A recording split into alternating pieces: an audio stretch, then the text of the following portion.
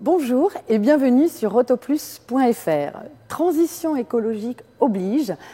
Peugeot a annoncé qu'à partir de 2019, tous les nouveaux modèles bénéficieront d'une version électrifiée, c'est-à-dire soit hybride, soit 100% électrique.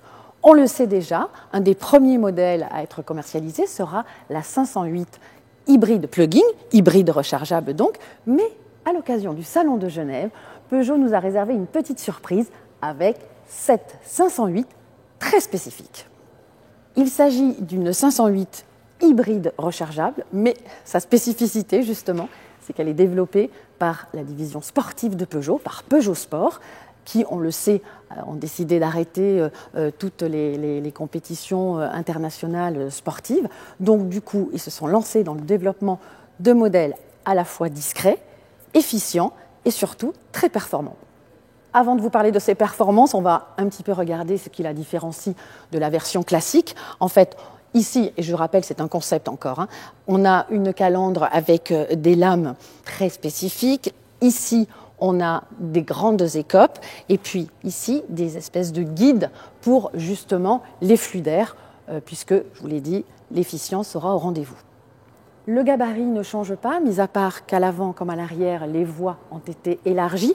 Et puis ici, on note un petit détail qui sont ces ailettes, mais on ne sait pas vraiment si cela résistera à la version de série. Mais en tous les cas, ici, ça ajoute justement à la sportivité de ce véhicule.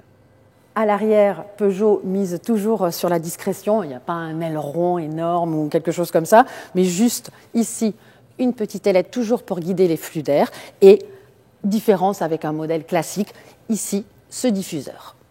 Même si c'est annoncé par Peugeot comme un concept, quand on est à bord, on se rend compte que c'est une vraie 508 avec bien sûr le e-cockpit, le e-volant, les écrans juste au-dessus et puis ici les raccourcis, la tablette tactile, etc. Ce qui différencie du modèle classique, mais ça va être les matériaux utilisés, comme ici l'alcantara, les surpiqûres et puis quelques petites touches de carbone. Et bien évidemment, comme nous sommes à bord d'un véhicule hybride rechargeable, on aura des affichages qui seront vraiment dédiés à cette motorisation particulière. Comme il s'agit d'un véhicule électrique, il faut savoir que les batteries en fait sont disposées sous les sièges arrière, mais Peugeot nous promet une habitabilité identique à celle de la berline classique.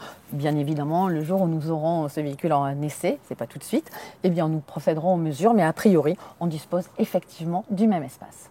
Cette Peugeot 508 développée par Peugeot Sport sera un modèle assez radical puisqu'elle disposera de 3 moteurs, un thermique, un PureTech de 200 chevaux, un bloc électrique à l'avant de 110 chevaux et un bloc électrique à l'arrière de 200 chevaux, le tout pour une puissance équivalente à 400 chevaux thermiques parce que chez Peugeot, on ne parle pas de puissance cumulée.